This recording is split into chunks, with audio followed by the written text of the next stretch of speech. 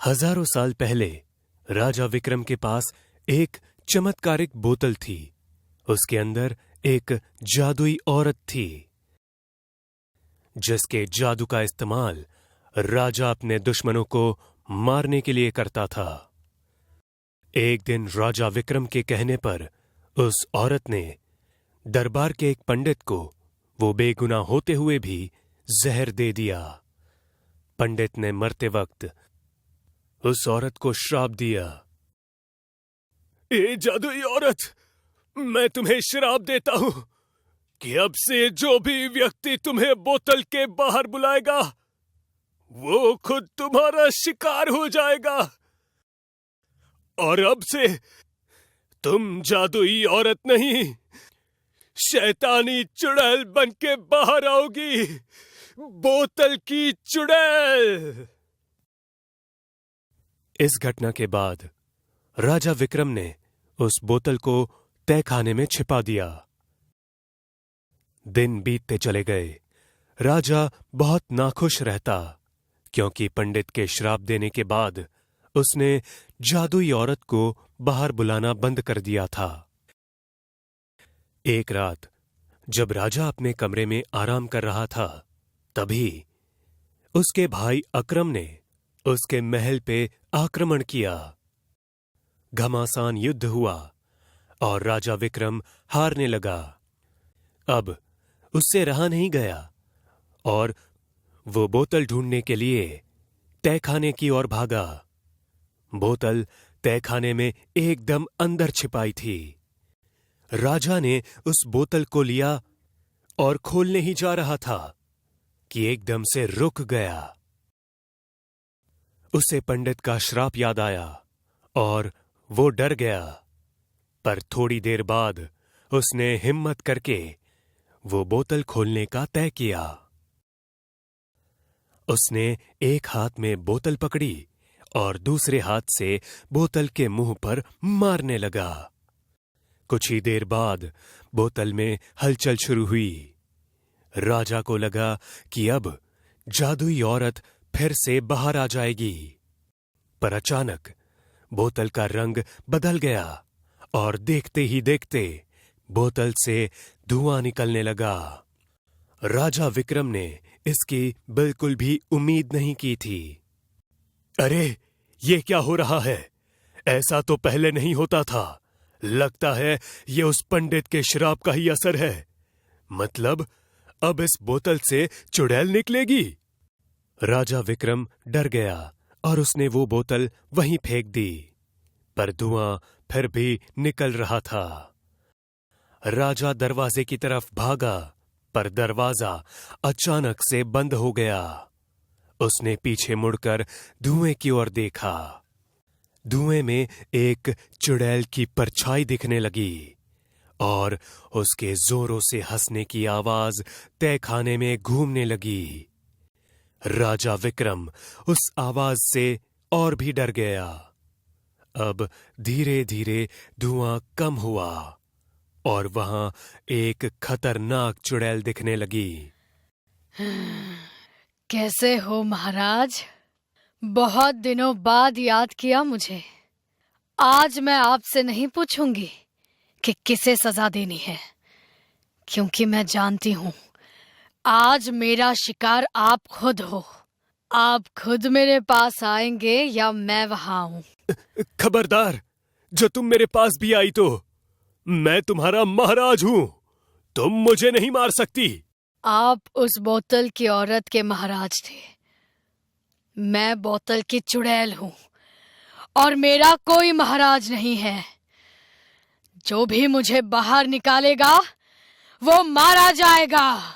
इतना कहकर वो चुड़ैल हंसने लगी। मैं कहता हूं वापस बोतल में चली जाओ। हाँ, चली जाऊंगी, लेकिन आपको साथ लेकर ही जाऊंगी।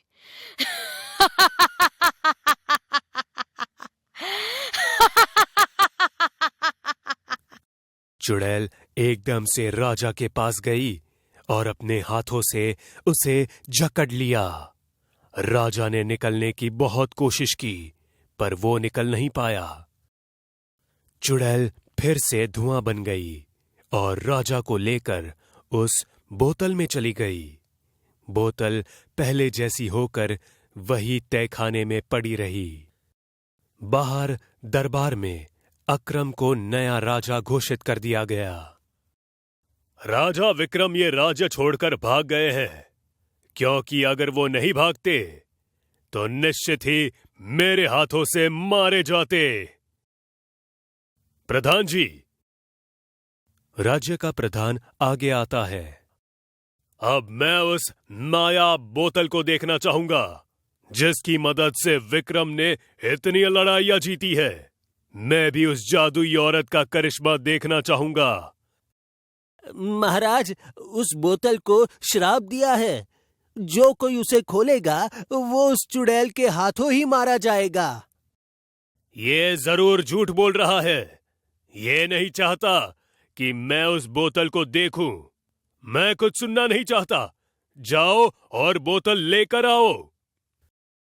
प्रधान ने 2 सैनिकों को इशारा किया और वो तुरंत जाकर तहखाने से बोतल ले आए। सैनिक ने प्रधान के हाथ में बोतल दी और प्रधान ने राजा अकरम को। अकरम ने बोतल ध्यान से देखी और फिर से प्रधान को देते हुए कहा, बाहर निकालो उसे। प्रधान डर गया और डरते हुए कहा, क्षमा कीजिए महाराज, लेकिन मैं नहीं जानता। राजा विक्रम ने हमें कभी नहीं बताया। मैं सब जानता हूं। ये सब तुम लोगों की साजिश है ताकि मुझे जादुई औरत ना मिले, लेकिन मैं इसे लेकर रहूंगा। राजा अकरम गुस्से में उठा और वो बोतल जमीन पर जोर से फेंक दी। दरबार के सभी लोग डरने लगे।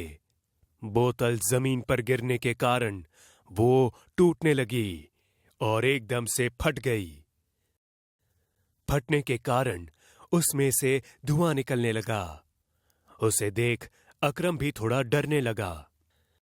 पूरे दरबार में धुआं फैल गया और चुड़ैल के हंसने की आवाज आने लगी।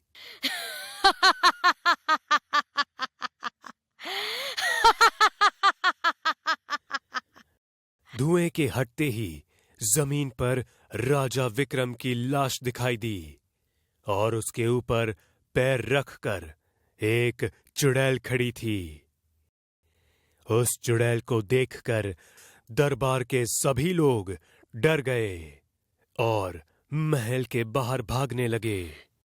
एक और शिकार। चुड़ैल ने राजा अकरम को उठा लिया और उसकी तलवार को लेकर उसका सिर धड़ से अलग कर दिया।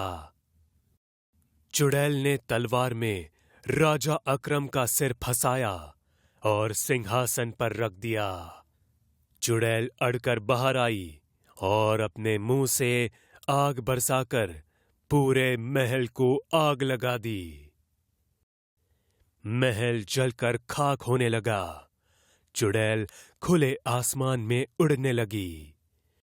चुड़ैल की बोतल टूटने की वजह से वो अब आजाद हो चुकी थी और अब जो भी उसके रास्ते में आएगा वो उसे मारने लगी थी। बहुत साल पहले की बात है। एक गांव के नजदीक बहुत बड़ा तालाब था। दिन भर उस तालाब के पास बहुत से लोग घूमने और तैरने आते थे। रात के समय भी उस तालाब के पास लोगों का आना जाना लगा ही रहता। ऐसी ही पूर्णिमा की एक रात, जब चांद की रोशनी तालाब के पानी पर चमक रही थी, तब तालाब के पास ढेर सारे लोग थे।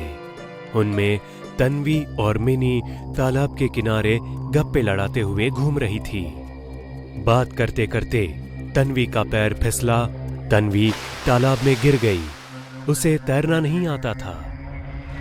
मिनी मदद के लिए चिल्लाने लगी, बचाओ, बचाओ इसे कोई, सुनो, इसे बचाओ, इसे तैरना नहीं आता।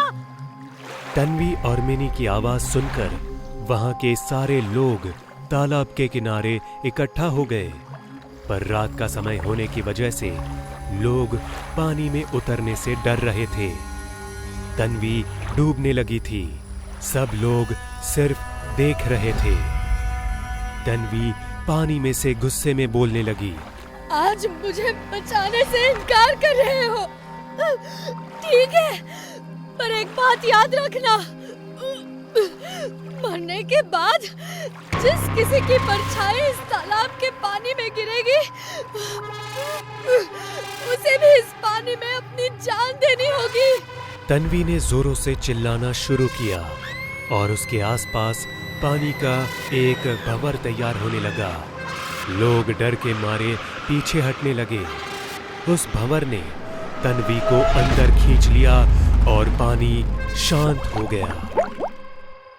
लोग क्या हुआ ये जानने के लिए धीरे धीरे तालाब की तरफ बढ़ रहे थे।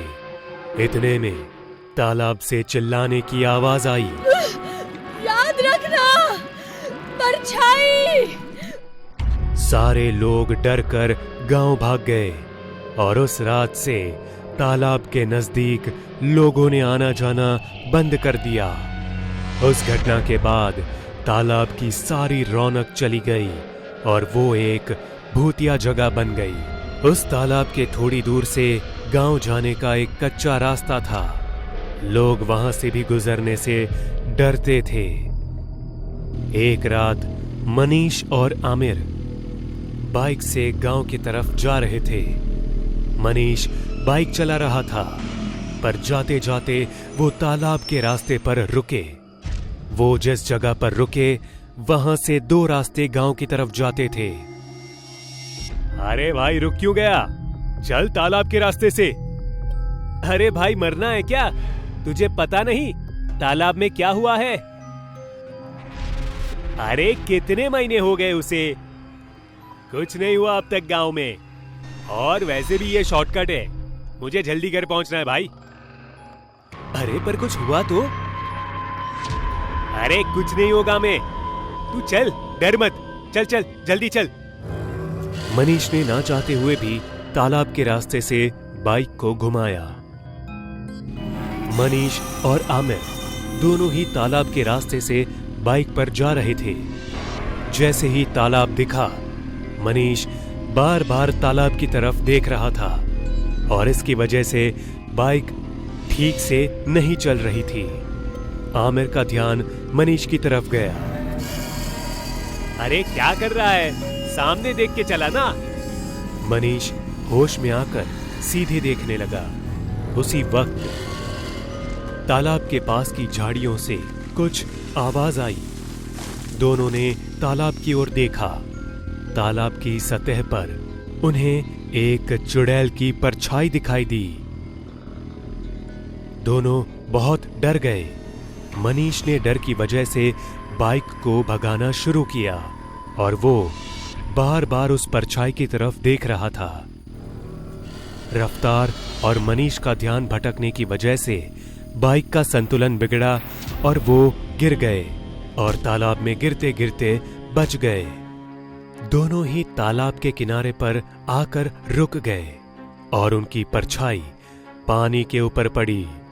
तालाब में हलचल होने लगी। दोनों ने तालाब में देखा तो उन्हें खुद की परछाई के साथ साथ एक चुड़ैल की परछाई भी दिख रही थी। दोनों डरकर भागने के लिए उठे, पर उनकी परछाइयां वहीं तालाब में जम गई। दोनों ही जान बचाकर भागने लगे। तालाब से भयानक आवाजें आने लगी और पानी का भंवर तैयार होने लगा। दोनों भागते भागते रुक गए और पीछे मुड़कर देखने लगे। एक चुड़ैल की परछाई ने भंवर में खड़ी होकर दोनों हाथों में आमिर और मनीष की परछाइयां पकड़ी थी। वो परछाई जोर जोर से हंस रही थी। उसने जैसे ही हाथ में पकड़ी, दोनों परछाइयां पानी पर पटकी। उसके तुरंत बाद आमिर और मनीष हवा में उछले और जोर से नीचे गिर गए। दोनों चिल्लाने लगे। मैंने कहा था ना, अगर किसी की परछाई इस तालाब में गिरी तो उसे अपनी जान देनी होगी। अब तुम दोनों तैयार हो जाओ अपनी जान देने के लिए। आमिर ने डरते हुए हिम्मत करके कहा, हमें अच्छी तरह से तैरना आता है, तुम हमें नहीं डुबा सकती, समझी? तुमसे किसने कहा कि तुम्हारा पूरा शरीर पानी में डूबेगा? अब मतलब? चुड़ैल चिल्ला के भयानक तरीके से हंसने लगी। चुड़ैल ने परछाइयों को फिर से उठाया और उनके शरीर से सिर को उखाड़कर पानी में फेंक दिया। उसके साथ ही आमिर और मनीष के सिर भी पानी में आ गिरे। सिर के बाद उसने दोनों हाथ और दोनों पैर उखाड़कर पानी में फेंके। तालाब का पानी उनके खून से लाल हो गया था और उन दोनों के शरीर के टुकड़े उस खून के पानी में तैरने लगे। धीरे धीरे वो भंवर शांत होने लगा और वो चुड़ैल की परछाई पानी का सारा खून और शरीर के टुकड़े अपने अंदर खींचने लगी। भंवर शांत होने के बाद चुड़ैल की परछाई हंसते हुए तालाब की गहराई में गायब हो गई और पानी पहले की तरह साफ और शांत दिखने लगा। तालाब से थोड़ी ही दूर पर उनकी बाइक गिरी पड़ी थी, जिस पर एक कौवा बिल्कुल शांत बैठा हुआ था। सारा माहौल शांत था। अचानक तालाब में से चुड़ैल की परछाई के दो हाथ आए। उन्होंने बाइक को हवा में उठाया और गांव की तरफ फेंक दिया। उसके बाद वो हाथ फिर से तालाब में गायब हो गए। उन हाथों की वजह से वो कौवा डर गया और उड़ते हुए जोरों से कांव कांव करने लगा। उड़ते हुए वो तालाब के ऊपर से उड़ा और उसकी परछाई उस तालाब में कैद हो गई। तालाब में फिर से हलचल शुरू हुई और धीरे धीरे चुड़ैल के हंसने की आवाज आने लगी। गांव के बाहर एक छोटा सा होटल था, जिसकी मालकिन एक औरत थी जो हमेशा अपना मुंह छिपाए रखती थी। गांव का कोई भी आदमी वहां पर नहीं जाता था, क्योंकि पूरा दिन और रात वो औरत घर घर खाने की डिलीवरी करने जाती थी। पर एक दिन श्याम ने उस औरत के होटल के बगल में अपनी एक होटल खोल दी। श्याम दिन भर लोगों को होटल में खाना खिलाता और रात को घर पर फूड डिलीवर करता। उसने डिलीवरी करने के लिए मंगू और तानू ये दो आदमी रखे थे। कुछ ही दिन बाद सारे लोग श्याम के होटल में जाने लगे और औरत का होटल सूना पड़ गया। उससे कोई भी फूड डिलीवरी नहीं लेता था। औरत को श्याम पर बहुत गुस्सा आने लगा। एक रात श्याम अपने होटल में पैसे गिन रहा था, तभी उसे दरवाजे पर एक साया दिखाई दिया। अरे कौन है वहां? अरे कोई बोलता क्यों नहीं है? होटल बंद हो चुका है, कल सुबह आना। धीरे धीरे वो साया बड़ा होता गया और आखिर में वो औरत दरवाजे से अंदर आई। श्याम उस औरत को देखकर चौंक गया। ओह तुम, अब बताओ क्या लेने आई हो? तुम्हारी जान। क्या? अरे पागल है क्या तू? चल जा, सुबह बात करेंगे। अपना होटल बंद करो वरना मारे जाओगे। श्याम ने डरते हुए कहा। तू अकेली औरत मुझे मारेगी? जा जा, नहीं करता बंद। श्याम की बात सुनकर औरत को गुस्सा आया और उसने अपना घूंघट उठाकर अपना असली चेहरा श्याम को दिखाया। उसका चेहरा बेहद बदसूरत और खतरनाक लग रहा था। धीरे धीरे उसका सारा शरीर भयानक दिखने लगा और वो औरत एक चुड़ैल में बदल गई। उस चुड़ैल को देख श्याम डरकर भागने लगा। चुड़ैल ने उसका पीछा किया पर श्याम रसोई घर में जाकर छिप गया। चुड़ैल ने उसे ढूंढकर हवा में उछाला और जमीन पर पटक दिया। लोगों को खाना खिलाने का बहुत शौक है ना तुम्हें? अब तुम खुद भी खाओ। चुड़ैल बहुत गुस्से में थी। उसने रसोई घर में जितना भी खाना था सारा श्याम को खिलाना शुरू किया। जैसे जैसे खाना श्याम के पेट में जा रहा था उसका पेट फूलता गया। थोड़ी देर बाद श्याम खाने से इनकार करने लगा क्योंकि उसका पेट बहुत फूल रहा था, पर चुड़ैल उसे जबरदस्ती खिला रही थी। अंत में श्याम का पेट इतना भर गया कि वो एकदम से फट गया। श्याम का खून और शरीर के टुकड़े सारे रसोई घर में बिखर गए। बहुत सारा खून और खाना चुड़ैल के मुंह पर उड़ा और वो उसी हालत में जोर जोर से हंसने लगी।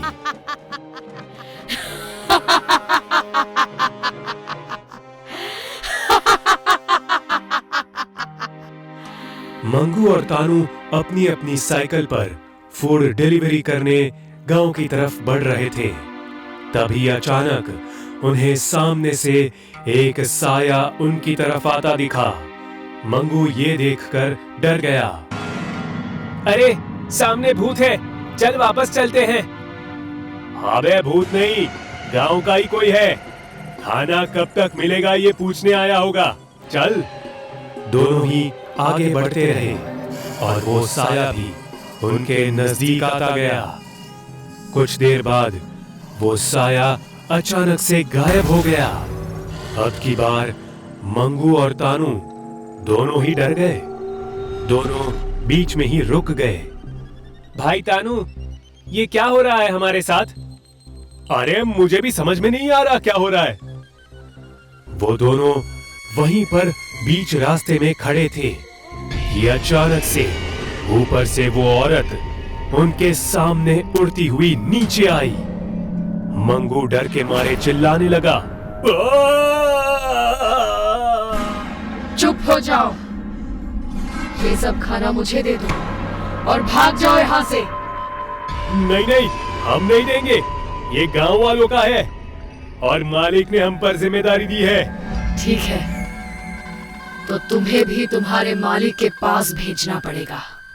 मंगू जैसे तैसे करके वहां से भाग गया, पर तानू भागते भागते नीचे गिर गया। चुड़ैल तानू को मारने के लिए आगे बढ़ी।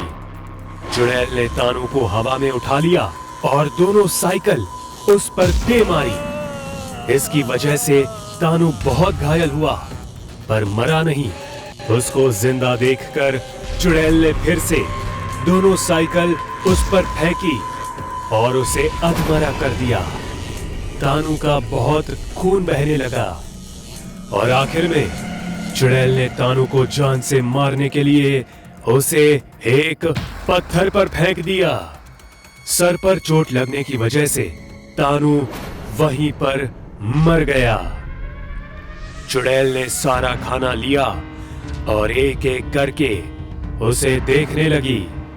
इन गांव वालों ने मेरा खाना ठुकरा कर इस खाने को पसंद किया। अब तो उन्हें ये खाना खिलाना ही पड़ेगा। चुड़ैल ने सारा खाना जमीन पर रखा और हाथों को उस पर रखकर जादू करने लगी।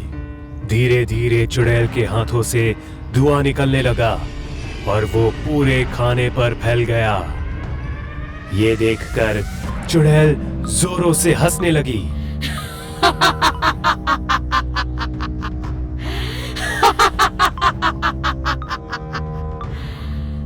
अब मजा आएगा। चुड़ैल वो सारा खाना लेकर गांव में आई और एक घर के सामने आ पहुंची। वो दरवाजा खटखटाने लगी।